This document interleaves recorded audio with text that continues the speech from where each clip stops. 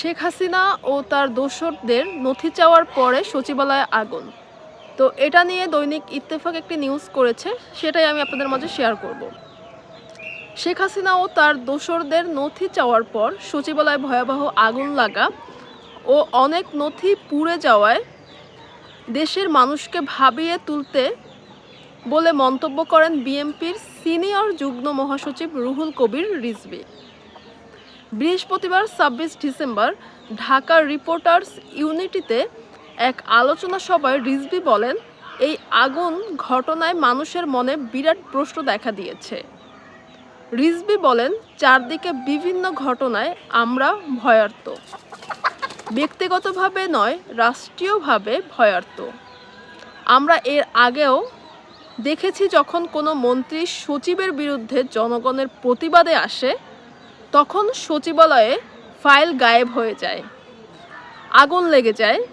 বিএনপির জ্যেষ্ঠ এই নেতা বলেন, গতকালই সংবাদপত্রে দেখেছি অন্তর্বর্তীকালীন সরকার কয়েকটি গুরুত্বপূর্ণ নথি চেয়ে পাঠিয়েছেন। নথি চাওয়ার পর আগুন নিয়ে জনগণ মনে বিরাট প্রশ্ন দেখা দিয়েছে। সচিবালয়ে আগুন ঘটনায় উচ্চ পর্যায়ে একজন নিরপেক্ষ ব্যক্তিকে দিয়ে একটি তদন্ত কমিটি গঠনের দাবি জানান রিজভী। আলোচনা সভায় আরও বক্তব্য দেন বিএনপির স্থায়ী কমিটির সদস্য নজরুল ইসলাম খান, চেয়ারপারসনের উপদেষ্টা পরিষদের সদস্য হাবিবুর রহমান হাবিব প্রমুখ।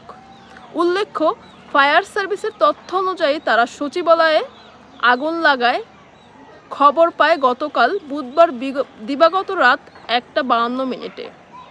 দিবাগত রাত ১:৪৫ ঘটনাস্থলে পৌঁছান ফায়ার সার্ভিসের সদস্যরা। আগুন নিয়ন্ত্রণে প্রথমে ফায়ার সার্ভিসের ৮টি ইউনিট কাজ করে, পরে ইউনিটের সংখ্যা বাড়ানো হয়। সবশেষ ফায়ার সার্ভিসের ১৯টি ইউনিট আগুন নিয়ন্ত্রণ কাজ করেছিল। আজ সকাল ৮:০৫ আগুন নিয়ন্ত্রণে আসে, আর দুপুর ১১:৩০ আগুন পুরোপুরি নিভিয়ে ফেলেন ফায়ার সার্ভিসের সদস্যরা। তো এই হচ্ছে সচিবালয়ের যে আগুন লেগেছে সেটা নিয়ে সর্বশেষ। আপনাদের মতামত কি এই ব্যাপারে, সেটা অবশ্যই কমেন্ট করে আমাদেরকে জানাবেন। ধন্যবাদ সবাইকে, ভালো থাকবেন। আসসালামু আলাইকুম।